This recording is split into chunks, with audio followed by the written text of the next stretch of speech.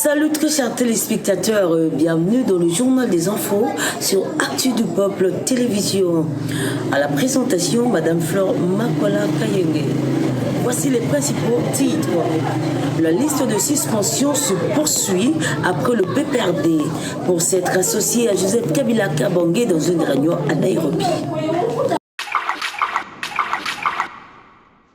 Le chef de l'État, Félix Antoine Tshisekedi Tshilombo, a répondu favorable à l'appel de Emmanuel Macron pour sa conférence.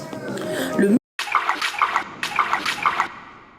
ministre rwandais des Affaires étrangères refoule la proposition de Emmanuel Macron, sinon de passer aux négociations des Doha pour toutes les dispositions.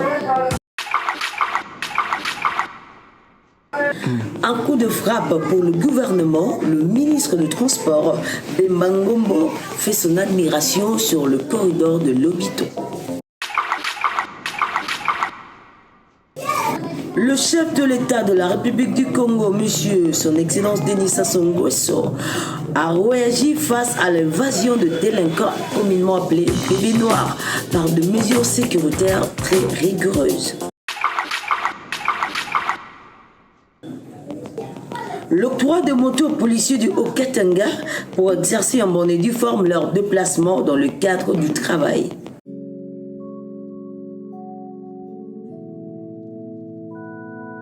La liste de suspension se poursuit après le PPRD pour s'être associé à Joseph Kabila Kabange dans une réunion à Nairobi. Après le PPRD et le LGD de Matata Ponyo, s'ensuit le parti des 7 Kikuni Piste et celui de Théophile Mbemba sur la purge de suspension des activités sur l'étendue du territoire national, accusé de s'associer à Joseph Kabila Kabange dans une réunion à Nairobi. Sanction dont la durée paraît indéterminée auprès du ministère de l'Intérieur. Le chef de l'État, Félix Antoine Tshisekedi Tshilombo, a répondu favorable à l'appel de Emmanuel Macron pour sa conférence et nous en ressortons ses propos. Une fois que l'armée rwandaise quitte le territoire congolais, M. Félix Antoine Tshisekedi annonce ces 3 grands chantiers en contrepartie. Primo, un plan d'aide d'urgence pour la reconstruction du Nord et Sud Kivu, évalué à 5 milliards de dollars américains pour mobiliser à l'horizon 2026. Ni double. Toute paix durable commence par la fin de l'occupation d'une partie du territoire congolais. Là-dessus, il ne peut y avoir ni double langage, ni compromis moral. En contrepartie, la République démocratique du Congo prend devant vous 3 engagements clairs. Premier engagement, reconstruire. Dès la fin des hostilités, nous lancerons un plan d'aide d'urgence pour la reconstruction du Nord Kivu et du Sud Kivu.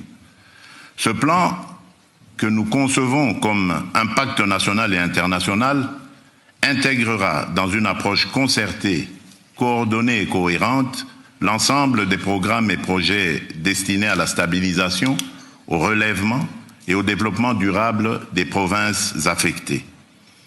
Il visera à mobiliser environ 5 milliards de dollars à l'horizon 2026 pour la réouverture des écoles, la réhabilitation des centres de santé, la reconstruction des routes, le rétablissement des services sociaux essentiels et le retour digne des personnes déplacées. Il ciblera ainsi la sécurité alimentaire car nourrir une famille, c'est déjà commencer la paix. Ce plan sera coordonné, unifié et transparent.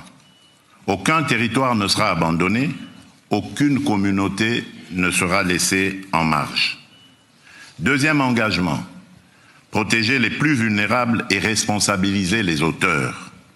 Nous allons renforcer notre cadre juridique relatif à la protection des déplacés et des victimes de catastrophes humanitaires, notamment par l'intégration en droit national de la Convention de Kampala de l'Union africaine et l'adoption d'un dispositif légal pérenne de financement de l'action humanitaire et de réduction des risques. Dans cette perspective, une loi sur le financement de l'action humanitaire et de la gestion des risques de catastrophes sera prochainement adoptée afin de doter le gouvernement de mécanismes pérennes de financement, conformément au cadre de Sendai 2015-2030 pour la réduction des risques de catastrophes et aux engagements pris lors du sommet humanitaire mondial d'Istanbul en 2016. Nous veillerons à ce que les survivantes de violences sexuelles soient reconnues comme victimes de guerre, accompagnées, soignées et réparées.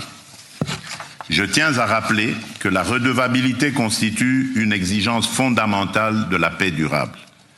Les administrations parallèles instaurées par l'AFC M23, les violations graves des droits humains et les atteintes aux civils ne resteront pas impunies. Des poursuites seront engagées dans le respect du droit international contre tous ceux qui se rendent coupables de crimes à l'encontre du peuple congolais. Troisième engagement, transformer la crise en levier de stabilité régionale. Nous ne venons pas seulement demander de l'aide humanitaire, nous venons défendre une vision politique. La paix durable dans les Grands Lacs ne sera possible que si la région choisit l'intégration économique et la prospérité partagée plutôt que le pillage et la prédation. L'avenir de la région ne peut pas être fait de trafics transfrontaliers illégaux d'or, de coltan ou de cobalt, alimentant des groupes armés. Il doit être fait de coopération économique formelle, d'infrastructures interconnectées, d'industrialisation locale, de valeur ajoutée créée sur le continent et d'opportunités offertes à la jeunesse. C'est cela, la paix durable. La sécurité est nécessaire à la prospérité. Mais la prospérité, elle aussi, est une condition de la sécurité. Mesdames et messieurs, ce qui se joue ici à Paris... Nous pouvons relever de se dire, Paris ne peut ouvrir l'aéroport qui reste sous le contrôle de fait de l'AFC M23. De plus vulnérables de poursuites contre les administrations parallèles instaurées par l'AFC M23 et tous ceux qui se rendent coupables de ces tertiaux plutôt. Transformer la crise en levier de stabilité régionale. Suivant la vidéo. Ces efforts pour faciliter l'accès de l'humanitaire vers l'est de la RDC. Tout d'abord, avant de revenir à votre question, nous remercions la France et le président Macron pour avoir convoqué cette réunion sur la question humanitaire, qui est une question importante. Et concernant l'aéroport de Goma, il vous souviendra que l'aéroport de Goma est aux mains des autorités de fait, qui sont la FC M23. Et donc nous, notre position du Rwanda, c'est d'abord de s'assurer que les décisions soient prises dans le cadre de négociations de Doha, puisque c'est là où le gouvernement congolais et la FC M23 sont assis pour négocier une solution à cette crise. Donc c'est dans ce cadre-là, avec les autorités de fait qui tiennent l'aéroport de Goma, que cela doit se faire. Ce n'est pas ici, Paris ne peut réouvrir un aéroport, puisque les premiers concernés ne sont pas là. Ça, c'est la première chose. Et la deuxième chose, on parle de la situation humanitaire. Mais la situation humanitaire dépend d'une situation sécuritaire sur le terrain. Et quelle est la situation sécuritaire? C'est une violation permanente, quotidienne, du cessez-le-feu par le gouvernement congolais avec ses frappes aériennes, des avions de chasse, des drones d'attaque qui attaquent non seulement les positions de l'AFC M23, ceux qui ont violation des cessez-le-feu, mais aussi les communautés des villages de Banyamulenge, dans le sud Kivu, ces Congolais Tutsis qui sont persécutés, et ceci est fait dans le cadre de la montée des discours de haine qui sont propagés par cette milice Wazalendo créée, soutenue et financée par le gouvernement congolais. Donc vous, la réouverture de l'aéroport de Goma, vous n'y croyez pas? Un coup de frappe du côté du gouvernement, cette fois-ci, le ministre du Transport, Bemba Ngombo, admire le corridor de Lobito. Le corridor de Lobito n'est pas simplement une voie ferrée, c'est un levier d'intégration régionale et de transformation économique durable a déclaré le vice-premier ministre congolais du transport Jean-Pierre Bemba lors du sommet de Luanda sur le financement des infrastructures africaines au nom du président Félix Tshisekedi qui place le transport au cœur du développement et de la connectivité continentale. Suivons la vidéo.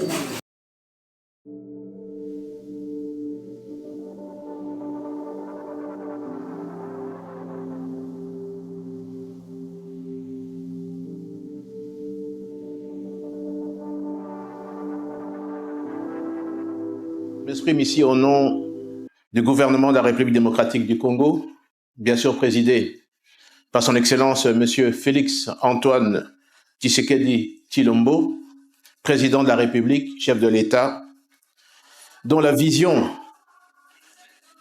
fait des infrastructures de transport le socle du développement économique, de l'intégration régionale et de la connectivité continentale.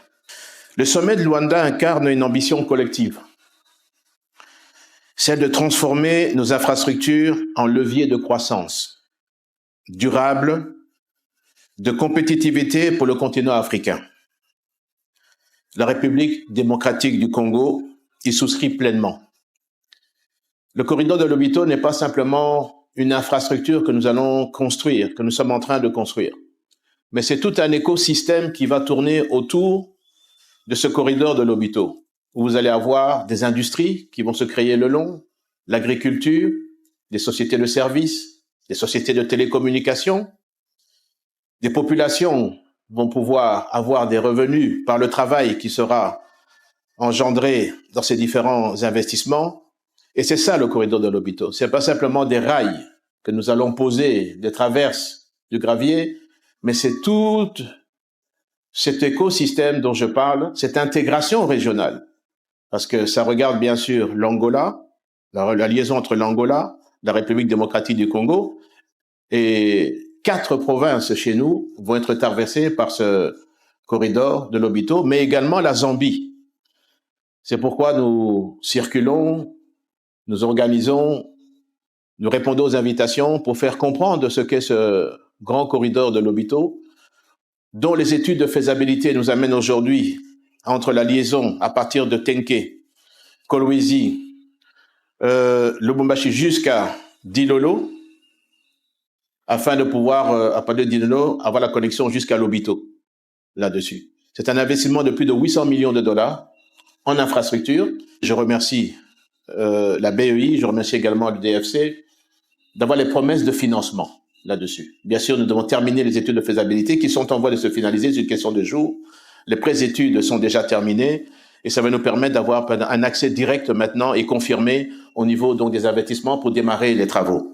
C'est pourquoi le gouvernement congolais salue cette initiative africaine et appelle une mobilisation accrue des capitaux publics et privés pour faire de nos corridors de transport des catalyseurs du commerce intra-africain et du développement industriel.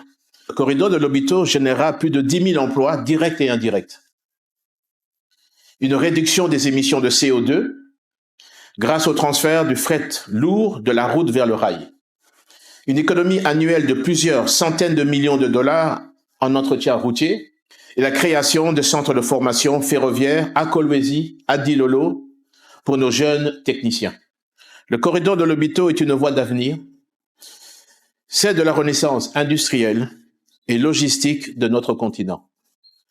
Sous l'impulsion du président Félix-Antoine Tshisekedi Tshilombo, la République démocratique du Congo avance résolument sur la voie d'une Afrique connectée, compétitive et souveraine. Le chef de l'État de la République du Congo, M. Denis Sassou Nguesso, a réagi face à l'invasion de délinquants communément appelés bébés noirs par des mesures sécuritaires très rigoureuses. Suivant. La Direction générale de la sécurité présidentielle a-t-elle commis une bavure en tuant de jeunes délinquants dits bébés noirs plutôt que de les remettre à la justice? Interrogé sur ce sujet ce dimanche à Brazzaville, le président Denis Sassou Nguesso assume ouvertement ses actes. Il s'agit selon lui du seul moyen pour faire revenir la paix dans le pays. J'ai ordonné qu'elle intervienne aussi. Nous ne pouvons pas laisser pareille situation se développer dans nos villes et même à l'intérieur. Ce ne sera pas possible. Une déclaration choquante pour les familles touchées. Narcisse Nkasaki a vu son fils mourir sous ses yeux. Les forces de l'ordre lui ont tiré dessus sans mandat ni interpellation. On l'a arrêté là-bas, chez eux là-bas. Ils ont amené seulement l'enfant ici, même moi-même, je ne m'attendais même pas. Je ne savais même pas que c'était mon fils, on a tué devant moi. J'ai dit aux gens, on a mis. Moi, là,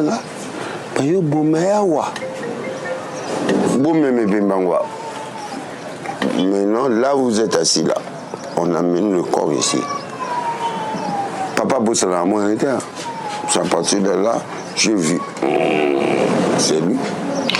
Exécution sommaire, logement endommagé. Des vidéos qui circulent sur les réseaux sociaux montrent les dégâts causés par la DGSP. Ces exactions sont en contradiction non seulement avec la constitution du pays, mais aussi avec des conventions que le pays a volontairement ratifiées, notamment la Charte africaine des droits de l'homme et des peuples. Il s'agit là des actes constitutifs des crimes contre l'humanité. Et c'est pourquoi nous continuons à réclamer l'arrêt immédiat de ces expéditions criminelles. Le Centre d'action pour le développement a déjà enregistré une vingtaine de morts lors d'opérations de la DGSP qui ont commencé fin septembre. Mais selon de nombreux signalements, le bilan humain dépasserait la centaine de victimes.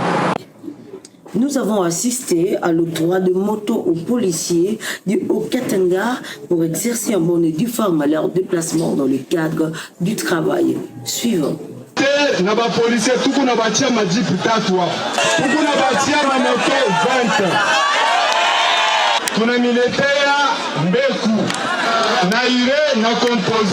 Comme annoncé la veille au meeting à Mitwaba, Martin Kazembe Soula passera de la parole à l'acte le dimanche 26 octobre 2025. Il remettra ainsi officiellement à la PNC et au FRDC 20 motos et 3 jeeps pour faciliter la mobilité des services, dont la sécurisation de la population dans tous les coins et recoins de Mitwaba. Des vivres et non-vivres constitués de sacs de farine, de sel, de bidons d'huile, de poissons salés, du savon et bien d'autres ont été disponibilisés pour les forces armées basées à Mitwaba. Des semences, intrants et un tracteur aux agriculteurs de cette contrée. Aux côtés de la ministre provinciale du genre, faisant office du ministre de la Santé, le gouverneur a remis un lot important de produits pharmaceutiques à la zone de santé de Mitwaba. Réceptionnant ces médicaments, le médecin chef de zone, John Chingambo, a dit toute sa satisfaction et profité de l'occasion pour présenter quelques doléances au gouverneur intérimaire. La zone de santé n'a pas une ambulance pour assurer l'évacuation des malades des structures primaires vers les structures secondaires. C'est ainsi que nous présentons ces plaidoyers auprès du gouverneur afin qu'il puisse agir à ce niveau-là pour qu'on puisse trouver solution. Il faut dire que plusieurs réalisations ont été mises au bénéfice de la population de Mitwaba, c'est notamment des bornes fontaines. Bien avant, le gouverneur intérimaire du Haut-Katanga, Martin Kazembe Soula, avait présidé à Mitwaba Centre la réunion du Conseil de sécurité élargie aux chefs de chefferie, de groupements et de secteurs. C'était après avoir reçu la bénédiction des autorités traditionnelles de Mitwaba. Une bonne nouvelle pour les Kassaïens. La route Kananga-Kalambambouji est désormais praticable, reliant la frontière angolaise à Kananga. Une preuve concrète de leadership suivant la vidéo.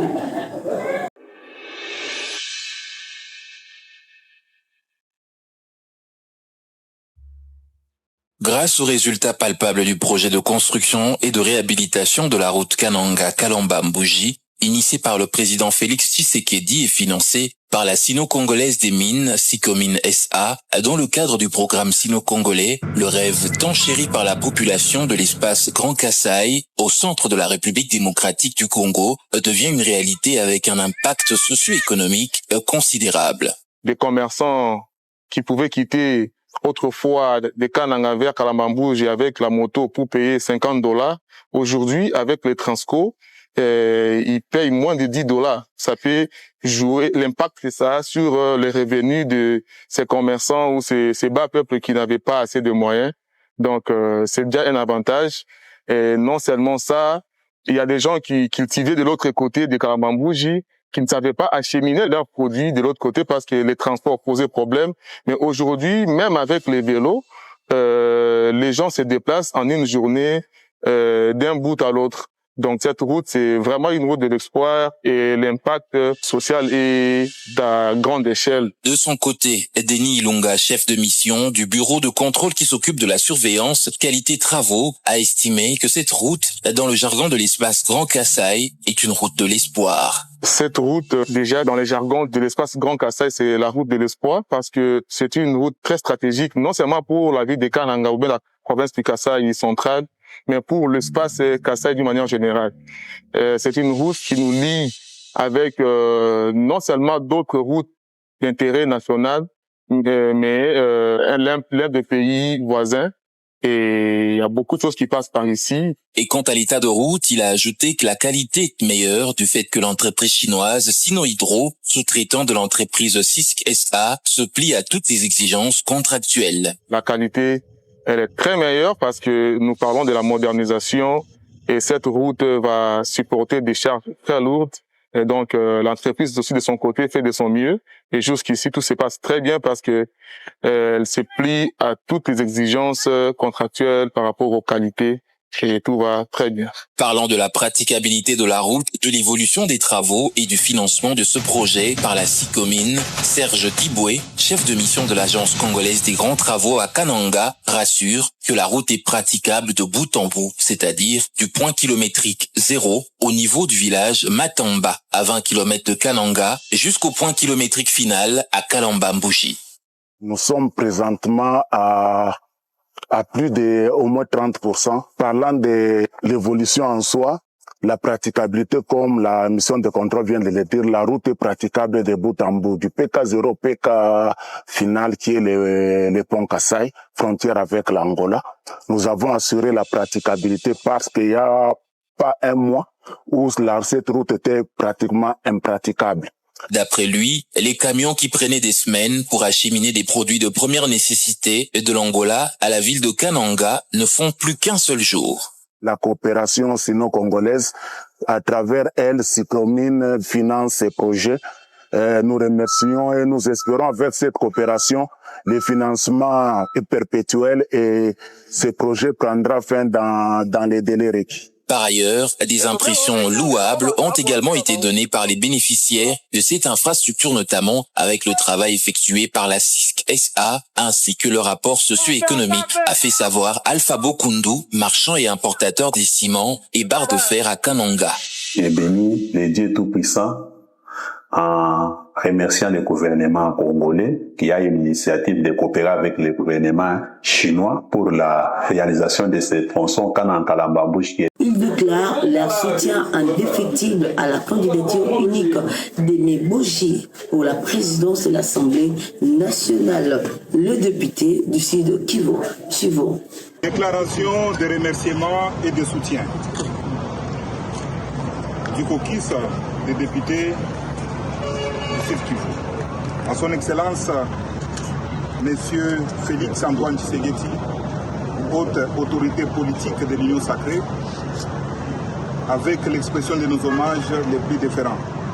Nous, députés nationaux, élus de la province du Sud Kivu, exprimons notre profonde gratitude à son Excellence, M. Félix Antoine Tshisekedi, haute autorité politique de l'Union sacrée, pour la marque de confiance témoignée à notre collègue et digne fils de la province du Sud Kivu, l'honorable Aimé Boji Sangara, en le désignant parmi les 12 prétendants comme candidat de la majorité parlementaire au poste de président de l'Assemblée nationale.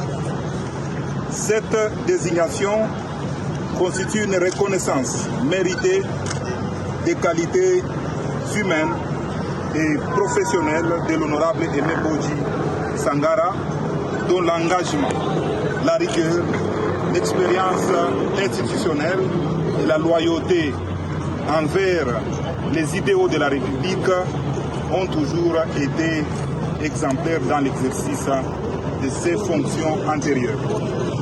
En cette circonstance, nous réaffirmons notre attachement aux valeurs portées par l'Union sacrée de la Nation et renouvelons notre soutien indéfectible à son Excellence Monsieur le Président de la République, son Excellence Félix Antoine Tshisekedi Tshilombo, haute autorité politique de l'Union sacrée de la Nation, pour son leadership éclairé et sa capacité à fédérer les forces politiques autour d'une vision commune de servir la République démocratique du Congo. Nous appelons ainsi l'ensemble des députés nationaux, toute sensibilité confondue, à se rallier à cette décision stratégique de la haute autorité politique et à accorder leur confiance à l'honorable Aimé Boji Sangara, seul et unique candidat de l'Union sacrée de la Nation à la présidence de l'Assemblée nationale. Fait à Kinshasa le 30 octobre 2025, signé par tous les députés du caucus et du Sud Kivu. C'est dans la province minière de Lualaba que se produit un tel exploit, la sortie de l'eau potable. La ville minière possède 6 cités Gécamines, parmi lesquelles figure la cité Gécamine Moussonoï. Cet endroit situé à environ 7 km du centre-ville connaît un problème en desserte en eau potable. Plusieurs ménages de Moussonoï se disent être en difficulté pour se procurer de l'eau. Donc mambo ya mai huku kwetu tunahangaika telema sana. Mwangalie mai tunashota. Mai ya buchafu, mai ya Musono inakuwa komplike sana. Tunahangaika sana mai. Presa iko kiloko sana muone wingi ya mabido yote. Bantu wengine sasa watarudia watapata hata bidon moja ya mai. Sasa tunapata 2 bidon, mai inakachikiriri. Donc mai ni mateso tu hatuna na mai. Batoneko atonaje autorité mnabona kama manga mbo autorité. Certaines mamans craignent même pour leur sécurité, car elles se réveillent très tôt pour chercher cette denrée devenue rare. Et puis,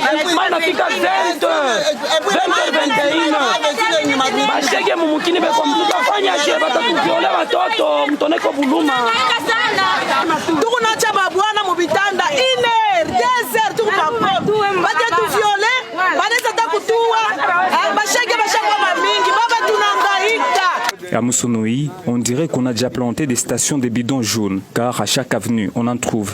Des passages dans cette cité, René Lumuna Mubonde, leader et cadre Lualabé, s'est dit inquiet de cette situation, vu que Moussonoï est entouré de plusieurs entreprises minières. Seigneur Tout-Puissant, quel péché que nous avons fait pour mériter cette horreur? Nous avons touché à tes barbes, bien c'est quoi?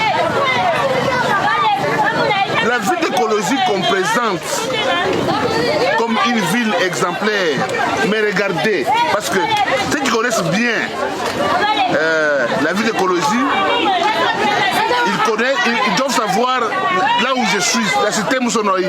C'est en plein centre-ville. Il n'y a pas d'eau.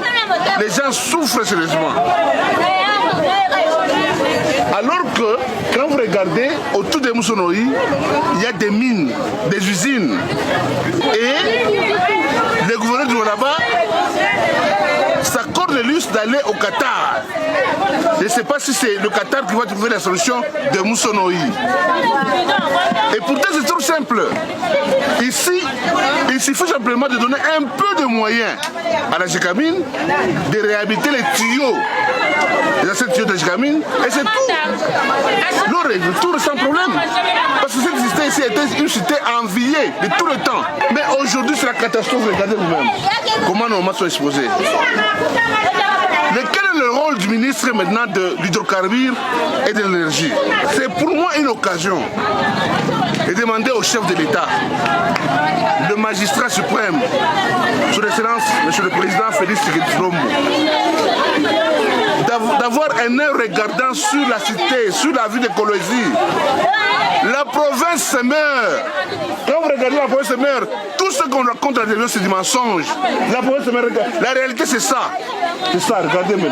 Les Hamas souffrent. Ces manques et difficultés en dessert en eau potable concernent presque toutes les 6 cités Gécamines. Ces quartiers étaient construits pour loger les agents de la Générale des Carrières et des Mines, mais actuellement, ils regorgent et des commerçants et aussi d'autres agents. Mesdames, Mesdemoiselles et Messieurs, ça a été un honneur pour nous de partager avec vous ces instants. Alors, restez connectés sur Actu du Peuple Télévision et abonnez-vous massivement. Partagez la vidéo. Nous nous retrouvons très prochainement à la présentation. C'était bel et bien votre humble servante, Madame Flore Makwala, et derrière la caméra, c'était sous la réalisation de Jonathan Lenas. Au revoir et à très bientôt. Yeah.